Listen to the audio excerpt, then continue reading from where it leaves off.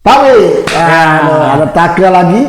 Pawi, kamu sekarang tuh kan nggak kerja ya? Iya. Nah, yang gue dengar katanya lu mau buka usaha nih. Iya. Ya di posisi seperti sekarang ini kan itu nggak hal mudah, gitu loh. Terus Take pun masih usaha kan ya? Itu nggak hal mudah, seperti mencari jarum di tengah-tengah jerami. Nah, kita mau bahas hari ini teman-teman semuanya, ya. Kita mulai bumpernya dulu, tapi jangan baper.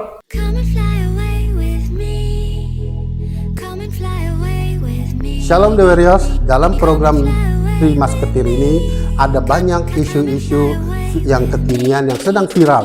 Bagaimana para hamba-hamba Tuhan ini menanggapinya. Misalnya, bagaimana usaha di dalam masa pandemi ini. Bagaimana menanggapi pendeta yang dalam tanda kutip berbisnis. Dan masih banyak juga tentunya ke depannya.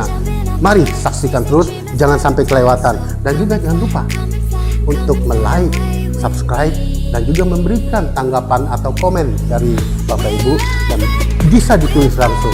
Serta dukungannya kepada pelayanan kami juga bisa disalurkan melalui rekening yang ada di kolom di bawah ini. Yuk, mari kita saksikan. Teman. Ya, hari ini kita akan bahas tentang membuat usaha nih di masa pandemi ini.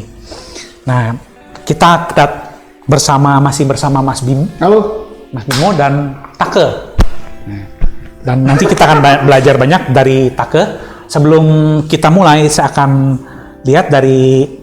akan buka satu firman Tuhan dari Amsal 6 ayat 6. Yes. Demikian firman Tuhan, hai pemalas, pergilah kepada semut, perhatikanlah lakunya dan jadilah bijak. Demikian firman Tuhan yang singkat. Nah gini Mas Bim, ya. Kalau kita lihat membuat usaha di masa pandemi ini kan saat ini kan terdampak nih Pak. Jadi pandemi ini membuat semua sektor usaha itu terdampak Pak. Nah termasuk juga pelayan Tuhan. Di sini saya akan meminta pandangan dari Mas Bim. Kalau waktu pergi ke perjalanan misi, bagaimana Pak kondisi mereka Pak? Khususnya dalam pandemi ini, dampak yang terjadi pada mereka, apakah mereka terdampak? Dan mungkin kalau seandainya mereka pun ada mau berusaha untuk kehidupan sehari, menurut Pak, apa yang mungkin Mas Bim melihat di lapangan? Oke, kalau di daerah ya, karena kebanyakan mereka kan melakukan eksplor SDA, sumber daya alam. Sumber daya alam. Kayak pertanian, perikanan, terus kayak peternakan. Ya. Sebenarnya dampaknya nggak besar di sektor itu. Oh ya. Tetapi kepada daya beli ketika hasil apa yang kita lakukan itu kita jual. Iya. Ya, kayak contoh Sulawesi. Sulawesi itu harga ayam potong, kambing dan sapi itu lebih mahal dibanding harga babi. Gitu kan? Nah, kalau kita bisa cermati di situ, justru di tengah pandemi itu ada peluang. Kenapa peluangnya? Kalau kita lihat bahwa harga itu kan Sulawesi itu nggak semuanya orang Kristen, lebih utara ya. Sulawesi Utara nggak semua orang Kristen, berarti kan ada orang-orang non Kristen yang harus beli akan itu. Kayak ikan, sapi, babi, kambing kan ya. Terus kalau kita lihat peluang itu, kita tentunya bisa mengalihkan kita punya usaha untuk hal seperti itu. Karena harga itu mau nggak mau orang pasti beli, karena menjadi bahan pokok, gitu. Terus kayak contoh harga beras dan sebagainya itu bahan pokok itu nggak mungkin orang nggak beli. Nah bagi saya sekalipun di tengah pandemi tentunya ada peluang. Nah kalau Pak Awi tadi bilang Amsal 6 kan semut. Nah semut itu bagi saya itu dia pintar mencium untuk peluang yang dia cari. Makanya ada dulu waktu zaman kita kecil ada peribahasa gini, ada gula, ada semut. Mengumpulkan makanan ya? Iya, mengumpulkan makanan juga kan. Berarti kan nalurinya dia untuk hal mencari manis gula itu nggak pernah terhalang oleh cuaca apapun juga. Gitu ya. Berarti kalau saya mau bilang, kalau kita punya naluri seperti semut, makanya Amsal kan tentang bicara nasihat kan ya. Kita belajar semut, ngapain semut? Ternyata sekalipun kalau bahasa kita sekarang, sekalipun ada pandemi, kita bisa baca peluang kok. gitu. Nah, yang berdampak apa? Contohnya sektor real, kayak contoh properti. Waduh, saya pikir properti di daerah tuh murah-murah, ternyata enggak juga. Karena minimal harga properti kecil rumah gitu ya, itu untuk ukuran mungkin 38 itu harga 750 juta, paling murah. Yang baru, yang mahal ada ber-MM. Saya bilang, harga bener nggak? Ternyata bener. Ternyata harga tanah itu mahal. Yang kedua, harga bahan bangunan kan bukan dari hasil mereka. Pasir harus ambil dari Gorontalo, daerah Ralo kalau salah. Terus semen ya ambil dari Konga Makassar, Bosowa kan. Itu ada biaya lagi. Kalau kita bisa baca peluang ini, tentunya saya yakin saya yakin lah Tuhan itu ada di setiap musim hidup kita. Makanya harus bisa baca peluang untuk usaha. Oke. Gitu. Terima kasih. Ya. Nah, gini, saya kemudian beralih ke Take ya. Take ini kan saat-saat ini kita tahu lah bahwa banyak pengusaha itu atau karyawan itu terdampak gitu ya. Pengusaha juga mungkin ada yang harus stop usahanya karena tidak ada order. Kemudian juga cukup banyak ya yang para pegawai itu jatuh nih. Sehingga ketika mereka pada saat jatuh ini, mereka kan tentu bisa bertahan, tapi ada satu waktu mereka harus melihat peluang dan tantangan. Artinya mereka tetap harus survive, harus hidup.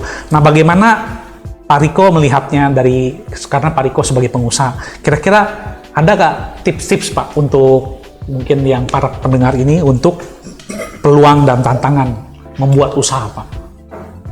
Jujur karena serangan pandemi ini banyak yang terkapar, terutama sektor sandang, ya kan? Yang berjalan yaitu pangan dan farmasi, obat-obatan. Ini yang berjalan sangat kencang. Sisanya yang papan itu atau apa, yang sandang itu pakaian. Pasti mereka terdampak ya Pak? Sangat terdampak. Ya. Pertama di PHK karyawannya atau dirampingkan itu sistemnya, manajemennya, dan yang kedua adalah WFH, ya kan? Ini sangat berdampak sekali. Yang tadinya tidak merasakan normal-normal aja, tidak ada persiapan sama sekali.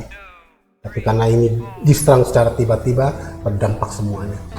Nah, apa yang harus kita lakukan sebagai anak Tuhan di situ? Ya kan? Kita tidak bisa menunggu stay menunggu ini berubah. Ini kembali normal. Tidak pernah lagi akan normal. Ada yang mengatakan, walaupun sudah pandemi selesai, tapi kehidupan kita sudah tidak normal lagi. Tidak akan seperti dulu lagi. Yang utama adalah kita sudah pasti memakai protokol kemana-mana. Ya kan? Bagus juga. Jadi memang corona mendidik orang menjadi higienis. Higienis sekali. Higienis, orang menjadi saling care, saling aware, saling menjaga. Itu ada bagusnya juga. Nah, di dalam krisis pandemik ini terhadap usaha kita, usaha yang harus kita pilih? Nah, ini kita harus peluang ini kita harus intip. Tidak boleh sembarangan invest. Nanti investnya jadi invest sia-sia. Jadi kita observasi dulu ya Pak? Harus. Ditilik dulu. Apa kira-kira usaha apa yang cocok kira-kira hari ini? Banyak yang berubah, banyak yang naik, banyak yang tumbang juga. Ya kan di dalam pandemi. Yang saya tahu tuh aplikasi Zoom, naik pesat karena dibuat pelajaran-pelajaran diskusi daring. Nah, digital sama delivery. Pengiriman. Betul. Wah, itu naik pesat. Oh iya. Jadi kalau bangun apapun kamu cepat di situ karena ada kerjasama. Nah, makanan frozen. Ya. Wah, itu juga bagus. Ya. Karena orang tidak mau keluar. Karena keluar takut terkontaminasi. Kemudian saya GoFood atau panggilan apa? Yang penting Gozen atau itu. Nah, ini juga salah satu peluang. Ya kan? Kita harus lihat mana kira-kira peluangnya terbaik. Dan itu pun ada hitungan dalam manajemennya. Biaya-biaya yang harus dikeluarkan. Ya kan? Dalam hasil hitungannya itu kalau seorang dia menjual makanan, apa yang harus dihitung gitu loh. Kalau sekarang dulu dia perlu tempat toko, sekarang dia tidak perlu toko. Tidak perlu modal yang sangat besar gitu. Nah, dia cukup dengan barang yang ada diolah, difoto, dipamerkan, dipublish. Di media dan sosial. disebarkan di media sosial. Oh, Ya kan? luar biasa. Dan udah pasti ada yang uji coba. Nah, hasilnya seperti apa dan testimoninya seperti apa gitu loh. Iya. Nah, ini yang harus kita Kita gali ya. kita lihat ini. Nah, Iya. apa perbandingannya adalah yang penting modal kita sudah tidak terlalu besar. Iya. Karena kita berjual dari rumah. Iya. Atau dari satu tempat yang sudah kita sediakan murah meriah. Tidak seperti dulu kita harus membuka toko luas-luas, lalu customer sekian banyak. Itu biaya yang sangat besar gitu. Nah, ada juga yang sekarang ini dia tetap memakai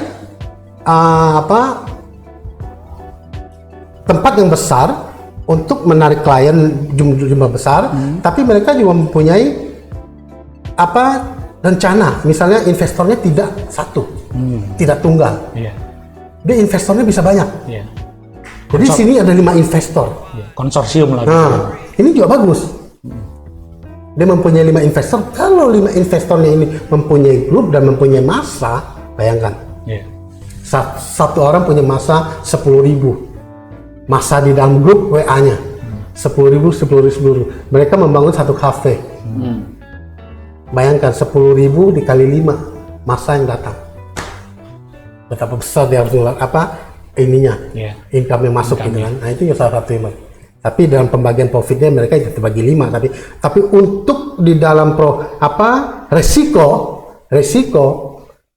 tidak berjalannya ini tidak terlalu besar modal yang mereka butuhkan, karena mereka ada 5 untuk menanggungnya daripada dia tunggal. Dia tunggal, dia main sendiri, kalau tidak berjalan modal habis-habisan di situ. Iya. Tuh. Ya. Jadi dari masukan Pak Riko yang saya tangkap adalah ketika saat ini orang mau investor pertama tadi adalah salah satunya ada kolaborasi investor. Jadi mungkin cari teman-teman yang mungkin juga punya jaringan yang cukup besar ya. Kemudian juga ketika mau masuk juga pilih usaha-usaha yang kayak tadi frozen food kah, apa yang sifatnya kepada makanan ya Pak ya yang dibutuhkan, dan juga tentu juga harus tadi ya ada observasi ya, pengamatan Pak ya.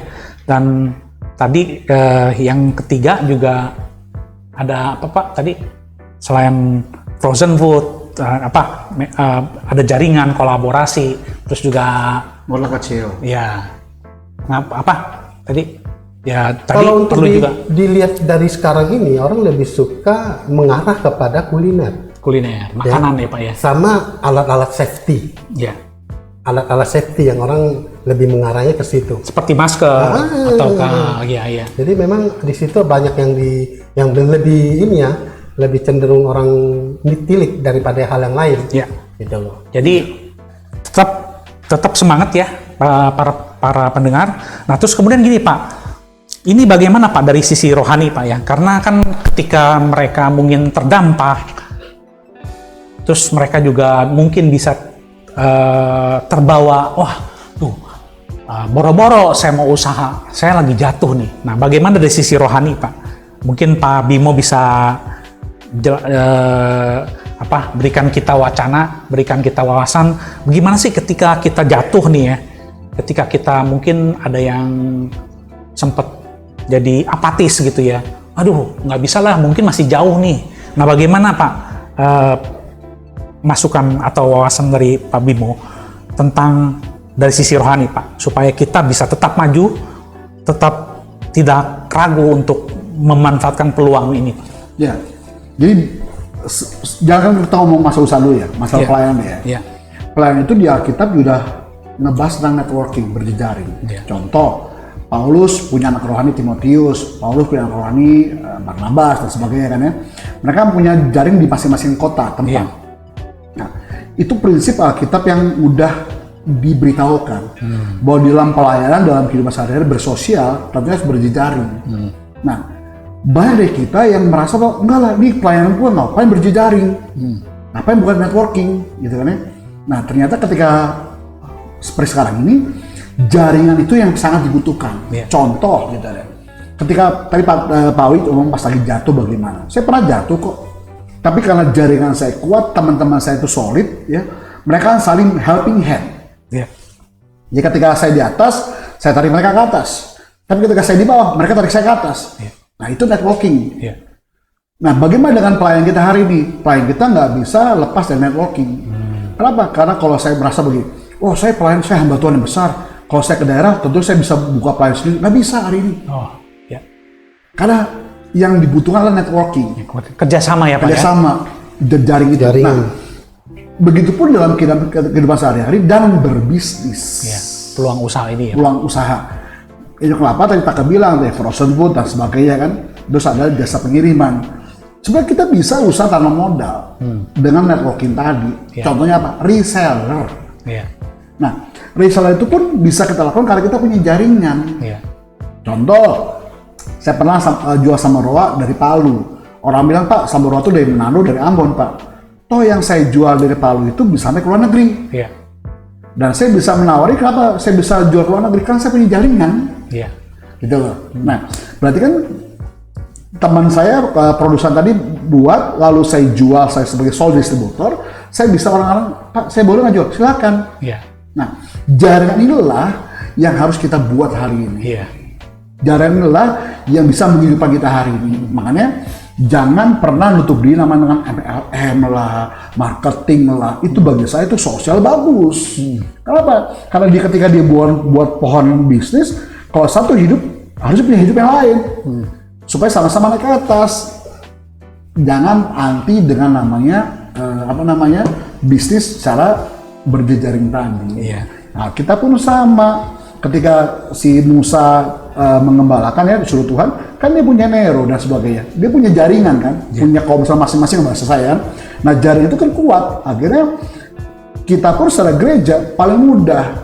Contoh yang kita lakukan di Dubai kan, kita punya komsel Helo 1, Helo 2.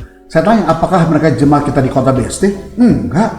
Kok bisa sampai ke Papua, bisa keluar negeri? Kenapa? Karena kita punya jaringan. Nah, jaringan itulah yang harus bisa kita kembangkan di dunia bisnis kita hari ini. Kenapa kita baik jaringan? Dengan baik jaringan kita akan membuka banyak peluang. Iya. Nah, peluang itu nggak mungkin datang dari kita. Tentu banyak orang ngasih masukan, Pak gini. Akhirnya, oh iya ya, kenapa nggak terpikirkan?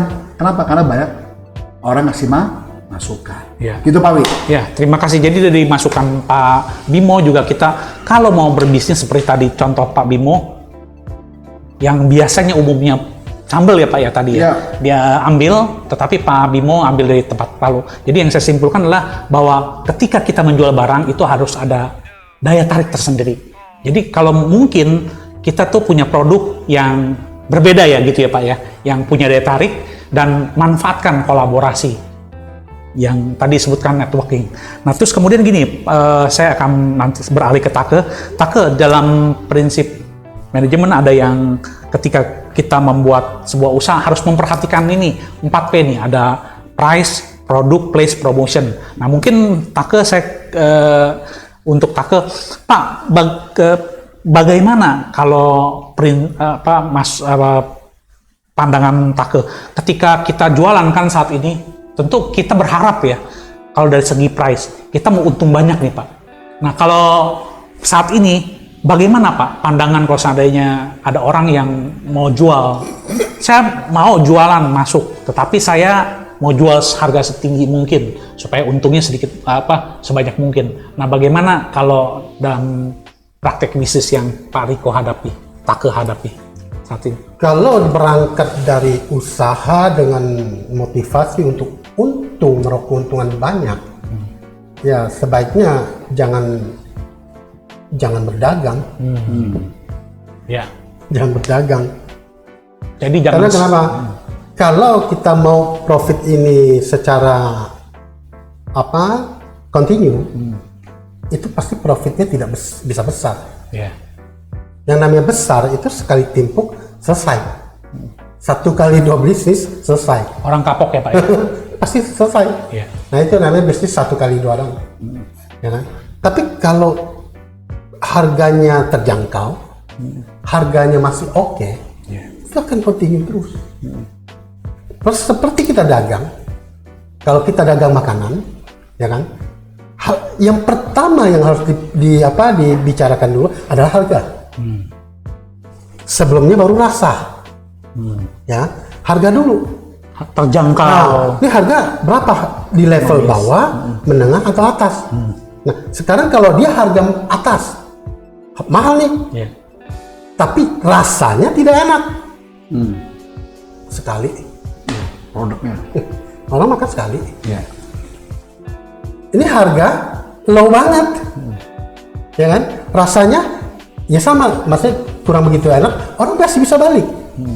Karena faktor harga murah ya.